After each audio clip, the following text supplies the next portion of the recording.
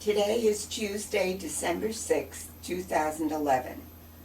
My name is Frieda Reitman, and it is my pleasure today to interview Vivian Miller at her home in Stamford as part of the Oral History Archive of the Jewish Historical Society of Lower Fairfield County. The video cameraman is Julian Reitman.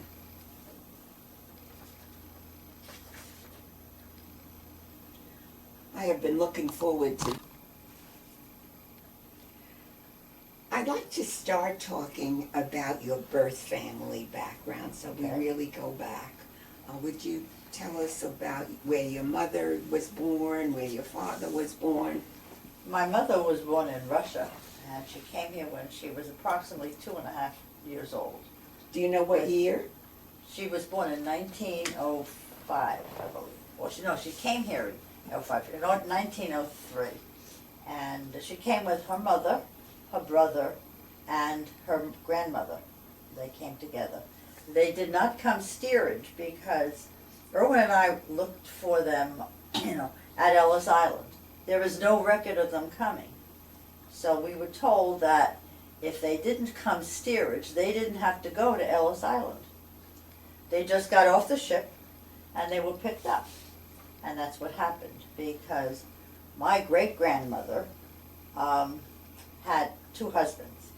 The first husband died, but they had a son, and Isidore. And when he was a young man, he came here early, in the late 1800s. And he became very successful. He was a clothing manufacturer at that time. So he paid for his sister, which was my grandmother, his mother, my great-grandmother, and my mother and her brother to come here. And they didn't come steerage, so there What was was no his record. name? His name was Isidore Pollock. And what was your mother's name? My mother's name was Cecilia Wiener. My grandfather had come here earlier, by the way, and he worked for Isidore. So they had an apartment, they had things set up for them by the time that they did come here. My father was born here.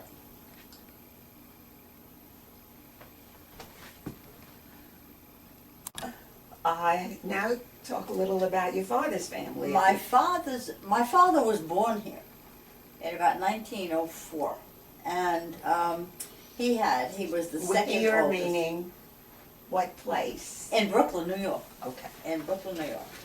And he was the second oldest. There were actually 6 boys. My grandmother had 6 boys, a set of twins. Unfortunately, one of the twins died when he was 2. So he did have 4 other brothers. And they lived in Brooklyn basically all their lives, in various areas, but in Brooklyn at that time. And my grandfather and my grandmother came from the same town in, I guess you'd call it Silesia now. I'm trying to think, it was called Grinkasik. And we never knew about that until my father was much older. He never talked about where his parents came from. And my grandfather never did either. And I never even knew that my grandfather had brothers who lived in Rhode Island. Until much later, in life. It's interesting how many people didn't want to talk about the old exactly, country. Exactly. And my grandmother had 3 sisters and 2 brothers. And she was the only one who died young. She died when she was 60. But her siblings all were in their 90s. All her sisters lived till 95, 98, and 2 of her brothers, one was 93 and one was 99 when he died. So they all lived very long lives. Sounds like you have some good genes. I hope so. And my father was 92, so that's just a plus. Do you have siblings? Yeah, I have 1 sister, and I had 2 brothers. My other brother, one of my brothers died when he was 56. But my other brother just became eligible for Medicare. My younger brother. So that was an exciting time. Do you have some childhood memories you'd like to share? Where were you living? And we always lived between Bensonhurst and Borough Park. Brooklynites to the core. Brooklyn, New York, right. I remember growing up in Borough Park. I was the first grandchild on both sides of the family. And on my father's side, I was the only girl. So I was a very indulged child. And I grew up with both sets of grandparents very close by. Always spent time with them, or they with me. And I had a very sheltered life, because I don't know if you have areas like that anymore, but Brooklyn at that time, Borough Park especially, was very Jewish. And I really didn't know that there were anybody else except Jews. You mean the elementary The school? elementary was school all was Jewish? all, just about all Jewish, right. So, I just never realized that there were other people or holidays, because we just were off for the Jewish holidays. Nobody was in school. Everybody went to a synagogue, whether it was the same one that I went to or a more Orthodox one. But everybody knew everybody, too. What Families about knew when you each got other. to high school? Where did you go? I moved. After elementary school, when I was in elementary school, used to go to 6th grade. At the end of, and I skipped, I never was in 4th grade. I went from 3rd to 5th. And at the end of 5th grade, we moved to Bensonhurst, which was a little bit different then. Although the streets that I grew up on were still basically Jewish. Once I went to middle school, which was Seth Lowe. I met many other people, of course, and became friends with them. And then I went to New Utrecht High School, which was very diversified. Not as much, I guess, as most schools are now, because at that point in Brooklyn, if you lived, let's say, north of the trolley tracks, it was mostly Jewish. If you lived south, it would be Swedish and Italian. And we all met at New Utrecht High School. So it was an interesting growing up time. And it certainly is a different background Definitely. than other people Right. have had. Right. Where did you go? Where did you go to college? Well, when I was 16, I graduated from high school. And I had won a scholarship to Beaver College. And my father said, "You're too young to go. You have a choice. You either go to Hunter or Brooklyn." So I took the exams for both, passed, and decided I didn't want to be in an all-girls school. At that time, Hunter was all girls. Right. And I did not want to do that. So I went to Brooklyn College. And it was wonderful, because all of the men coming back, all the boys coming back from the service at that time, that was in 46. So it was wonderful, when you were So you a made the right minority. choice. Yes, I did. And it was also a wonderful education. Very competitive.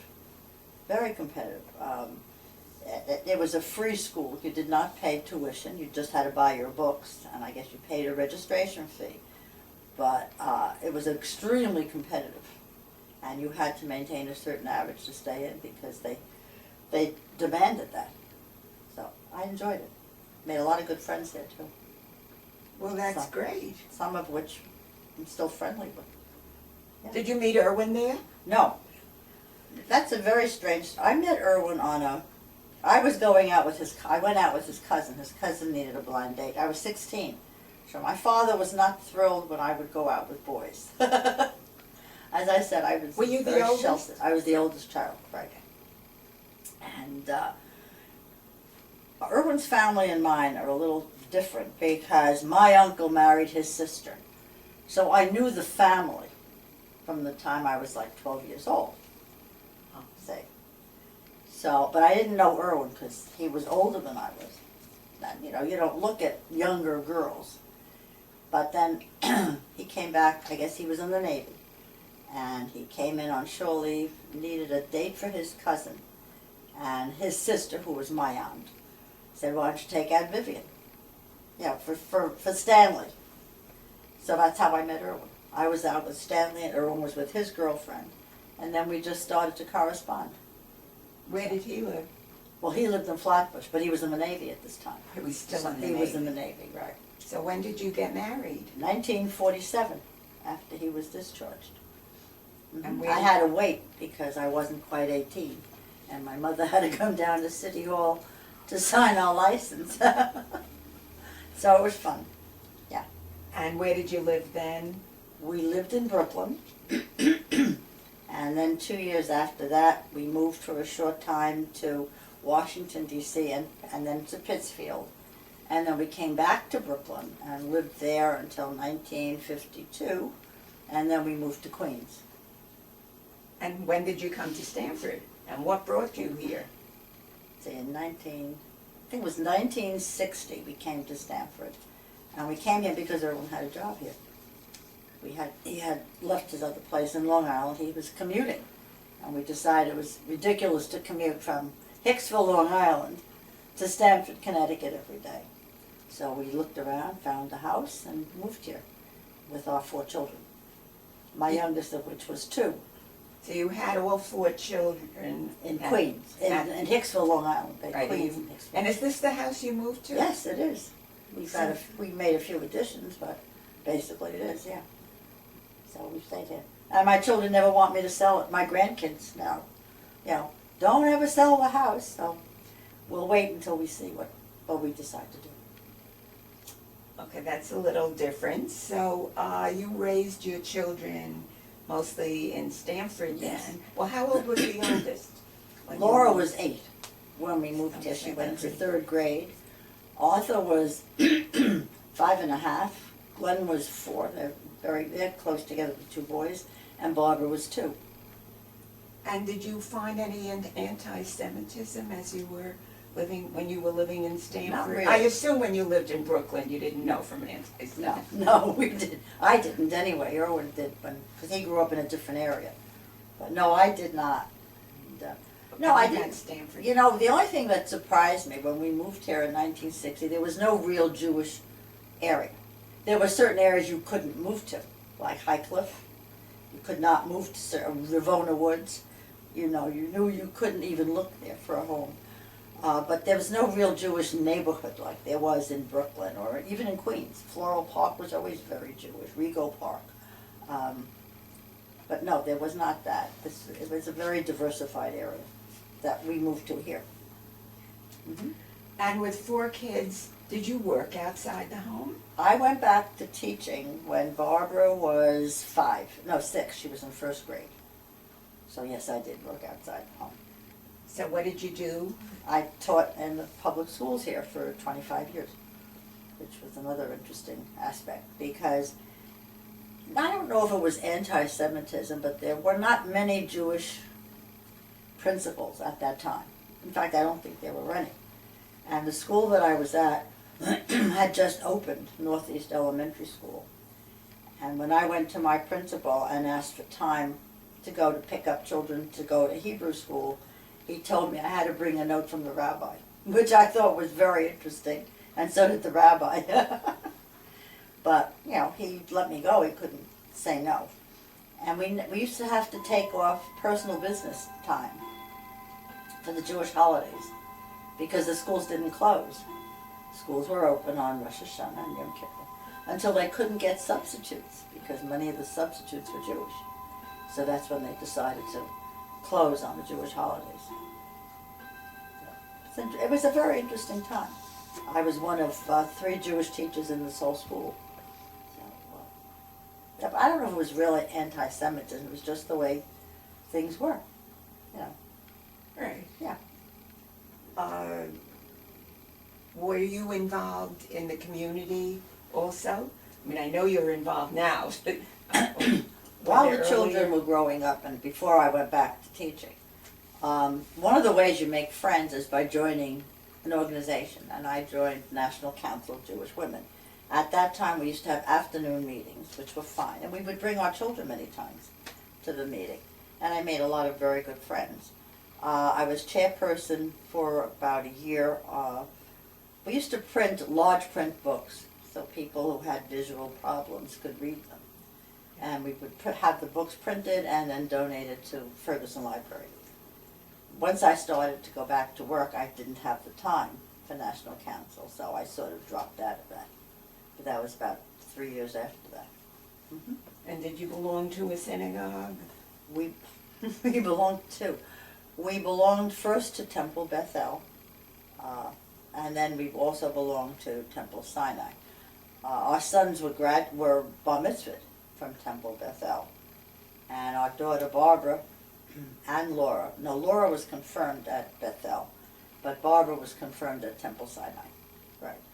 So yes, we did belong. And That's another way to belonged meet. You meet a lot of people, and you know, the Jewish community here was very welcoming. And the funny thing here is that when you meet someone and make a friend, they have many of them had relations here, or cousins, or people. You see, you couldn't say too much about anybody because everybody knew everybody, and it's true. I mean, I didn't realize that. I was talking to one of my friends at one time, and she says, "Oh, you know, I'm related to so-and-so." I said, "No, I didn't know that," because you never saw them together, but they were related. Yeah. So it was interesting, but and we're still friends with many of them. In fact, I met Mr. Reitman many years ago because our two sons were friends, and your wife Nora at that time. We used to meet at the bus stop because you had to pick up your kindergarten children at the bus stop, or they wouldn't let them off the bus. So rain or shine, you went to the bus stop to take them to the bus in the morning and to meet them in the afternoon. And you It was not a couldn't work full-day if you school. had to pick No, I didn't. I went back to work, as I say, when Barbara who was my youngest, was in first grade. And you said something about being a mentor. Doing mentoring in school? Standard schools had a lot of different changes. First, I became what they called a curriculum advisor. I would introduce new curriculum to teachers, so I was out of the classroom for 7 years. And when I went back to the classroom after that, I became a mentor. It was part of what they called the BEST program, B-E-S-T. I don't remember what the acronym meant anymore. But it was like beginners teachers, first year teachers who were coming into Stanford. I was assigned to them. And you'd work through, for example, things they don't tell you about in any educational school. You know, what do you do the first day? How do you introduce yourself? How do you keep records? What records do you need? So I would guide them through their first year, and we would meet. And again, one of the people that I mentored became a very good friend of mine. So it's very interesting how life evolves. And you mentioned a number of other Jewish organizations. I don't know if you want to Hadassah. There's Hadassah. I never really became active in Hadassah. I always belonged to Hadassah because they used to have meetings at night. And with 4 children and working full time, you just don't get out at night. So I never really became active, but I've been all my life a member of Hadassah. But the National Council continued to have the meetings In the daytime, but then once I went back to work, you can't Couldn't do that you don't either. have the time, right? So, And when did you get involved with the Jewish Historical Society? I've been involved with them since they began, because Erwin was one of the founding people. I didn't become active as the archivist until I believe it was 1990 or 91 when I retired. I mean, I had done work for them, but not as a chairperson. I became chairperson in 1990 for the archives. And we've just continued to work along with that. Are there any other things you want to comment about the Stanford community, differences between other places you've lived, or changes in the years as a... Well, it has changed because it's become larger, number one. More religious organizations have appeared, more synagogues, like Young Israel, Chabad. I mean, when we first moved here, they weren't here. It was the 3 synagogues, Temple Bethel, Temple Sinai rather, and Agadah Shalom. And they always did have a Havurah. I mean, that was here, but we didn't join that. We do go to services now from the Havurah with Rabbi Golub. Anything else? Yeah, what about some leisure activities that you've been involved with? I think we always took trips with our family, with the children. The kids now, they used to hate going to some of the places because Erwin and I would take them to all the Civil War battlefields. Now they're taking their children, which is very interesting. So, Are they letting you come along? we have gone on two of them, with two different children, right. And we've taken our grandchildren many times, because our daughter Barbara lived in Puerto Rico for many years. So we would take two of her, well, three of them actually, each, when they reached a certain age, when they were 9 or 10, we would take them on a trip. And mainly it was either to battlefields or to Washington, D.C., or to Philadelphia, for the historic sites here. And it was a way to bond with your grandchildren again. They spend time with us, not with their parents. We would take them separately. Then Erwin and I did quite a bit of traveling when the kids grew up. We've been to Israel twice. We've taken cruises to Hawaii, Alaska, the Caribbean. We spent some time down in Puerto Rico, of course. And we just came back from a cruise to Europe, which was fascinating. One thing that we did, and I think it's important for me to tell you that, 2 years ago we took all of our grandchildren and children on a cruise, a cruise to Nova Scotia. And it was wonderful. I mean, it was just wonderful to see some of our grandchildren, who were their cousins, bond, because living far apart, they really didn't see each other that often.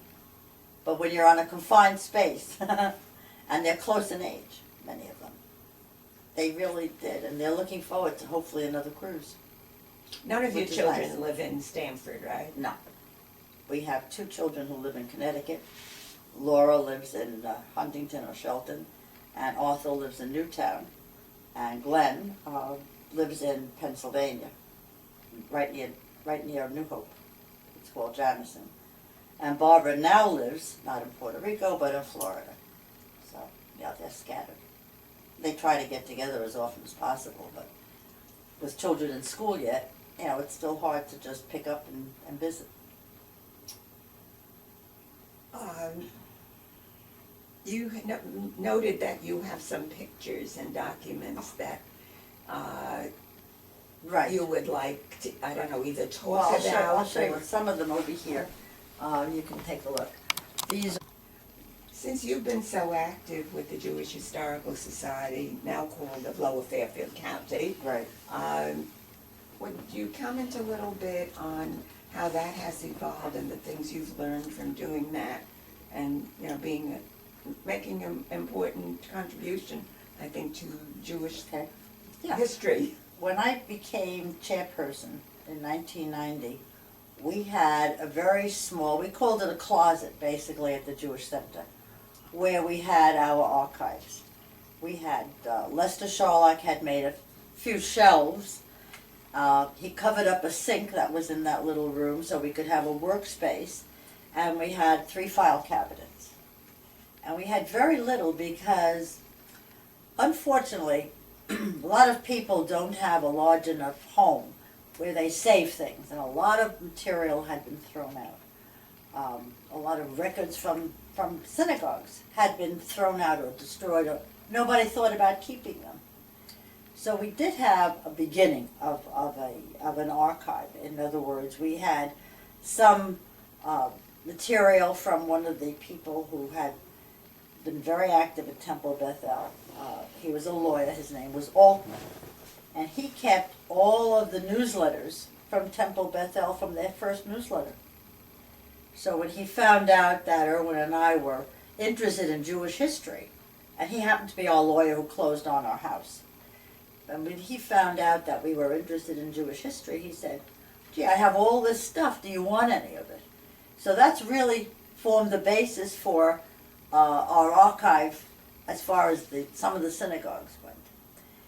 We were at that little room at JCC for many years. We finally outgrew it because people began to see that we were saving things, we were collecting things, newspaper articles, newsletters, and artifacts. People who unfortunately died, their children didn't want some of their things. We have eyeglasses, we have little artifacts that people used or had. One person who gave us a very interesting thing was Senator Lieberman's mother, Marcia Lieberman. And Marcia had been active in a Jewish organization, the Ladies trying to think the name of it. Like, they gave out money and they helped those who didn't have. Right. And one of the things that they did to raise money every year before the holidays, before the New Year, they would take string and they would measure the burial ground. Then they would cut the string into portions and they would make candles, like yurtside candles, and sell them. And so she gave us the bowl that they used, the pot that they used to melt the wax, and this big piece of board that they would put the warm wax on before they would roll it into candles. So we do have that, as well as some pictures and things that Marcia did give us. And that's really how the archives started. And of course, we had many moves from that little room at the JCC. We moved to Hope Street, we moved to Prospect Street, we moved to Summer Street, and then we now have a place that the Friedmans have given us at the back of the state movie theater that they own on 990 Hope Street. So it's quite extensive, and hopefully it will keep growing. In fact, we have someone coming in this coming Monday who is bringing material from Norwalk. And I guess it was Julian in 2002, didn't the Norwalk joined with us because they didn't have enough people to form an active organization, so they joined with us and gave us all of their holdings. So we now have a Norwalk room as well. We've also gone out to other communities in the Jewish, in this area here, like Greenwich. And we did an exhibit at Greenwich, and we've done several talks in Greenwich. We're trying to really get people in from Westport, Norwalk, and all of Lower Fairfield County up to the Bridgeport line to either come down and join with us or to give us some of their artifacts, or just to know that we are available for them. So, in fact, this Friday night, Erwin's doing a talk in Newtown. And he and Linda Ball said, "Barbara, I need to really talk about this." Unfortunately, I have the book inside, and wrote a book about Stamford and the Jewish community here in Stamford with pictures. So we do have that. So it's changed. I mean, the community has changed, definitely. Are there any other very interesting things that you can think of that are in the archives, so that we have this on record? Okay, we have a lot of very interesting things. Well, pick a few. Okay, we have very large pictures of parts of Stamford that are no longer, like Pacific Street. Pacific Street was a Jewish area where people would go for, let's say, live chickens, deli, good rye bread. And with the urban renewal, all of that area was destroyed and taken over. It's now where the mall is, the mall downtown on Broad Street. So we do have pictures of what life was like before the mall and what Pacific Street looked like and some of the businesses. I wish people would come down to the archive and see that, because it was very different. The way people lived, the way children would play. Children were not in a house. They were outside of a street. After school, they went outside and played. You don't see that nowadays. You just don't see that. And along the way, Erwin and I collected some interesting anecdotes from some of the people who grew up in that era, of how they had their friends, what they did after school, how they would go, to learn about Judaism, how they would take bar mitzvah lessons. It was very different. Children were expected to do certain things, and they did them. They did. They were out. They weren't sitting at a computer all day. And they were much more involved in the community. The original Jewish Center on Pacific Street was really a meeting grounds for Jewish children and for adults. I know my own children would go to Hebrew school, and if I couldn't meet them by 5:30, they would go right next door to the Jewish Center, where they had, they met friends, there was a library, they could sit and do homework. They had a bowling alley and a swimming pool there too. So it was a very different kind of feeling among these people growing up. You know, I think a little closer. I think the children were closer. They knew each other more than they do now. It's more spread out now. Well, of course, it was also smaller, so in a certain Yes, sense, it was small. there's a... Right, it was smaller. That's very interesting. I'm glad we have... Oh, yeah. that, We have and pictures of maybe the any- center. And that this will be there forever, It will, presumably. so it will. people I can mean, right look now, at we're also scanning a lot of material, of events and things that happened in Stanford. So that will also be on our database. So people should come and use the material that's there, or at least come in and see what we have and hopefully contribute what they have. Okay. If you have no other specific think reflections, of anything. we'll go and look at some of the material you'd like us to Okay, include. that would be good. And thank you very much for I appreciate that. for providing input for our oral history Very good. work. Well, Erwin and I both like to show our children and our grandchildren where they came from. And when we first talked about putting up pictures of grandchildren, of our grandparents, everyone said, you know, they're not even going to be interested. Well, we now have 3 or 2.5 great-grandchildren, and the grandchildren are interested. In fact, we talked about that, who wants what pictures. And they decide they want to have copies of everything made. So you can take a look at some of our things. Some of them are my parents, my great-grandparents. I'm very fortunate to have pictures of my great-grandparents. So this is a great-grandfather of mine on my father's side. And that picture was almost thrown out until Erwin and I, when we were very young, we were first married, decided, you know, that was really something we wanted to have. And where was that? This was taken in Brooklyn. Okay. Okay, so this is my great-grandfather. Remember I told you my father was born in Brooklyn. That was his grandfather. Lived in Russia. That's called Kamenets-Podolsk. Okay, in Russia. We have 2 pictures. This picture and this, that's where they lived. I knew my great-grandmother, by the way. She died when I was 4. And I have a picture of her here holding me at Coney Island. Where else but in Brooklyn? So these are things, you know, that we do treasure, and we're lucky that our children want copies of all these things. We are very fortunate, both Erwin and I, that we have 4 children, 10 grandchildren, who we're very close to, and we now have, as I said before, 2 great-grandsons and 1 great-granddaughter on the way. So we are very fortunate. Everybody laughs when we say, well, we're just having some people over, and it's 24 of us, just like this. We're also lucky they like each other. They like to get together and see each other. So we are very lucky about that. Okay.